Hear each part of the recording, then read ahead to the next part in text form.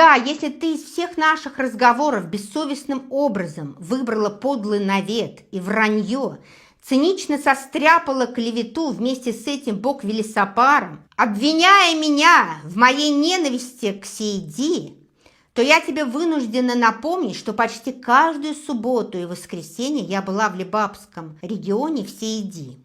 За эти 5 лет там были люди, которые знали меня и помнят до сих пор. А ты, как конченная политическая проститутка с этим подонком, резидентом спецслужб Туркменистана, специально сели противопоставить меня целому региону, потому что ни ты, ни этот мерзкий, прыщавый урод не имеете того авторитета, который есть у меня. И да, меня там знают больше, чем и тебя, и чем этого шведского выродка.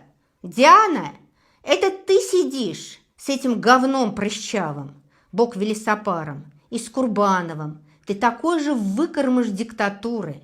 С каким наслаждением ты слушала и улыбалась, когда этот косоглазый урод Талиб давал свои чокнутые недомысли.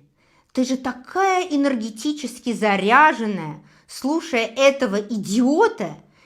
Вся ваша компания завистников и недомужиков известна всем нормальным людям, у кого есть мозги и глаза.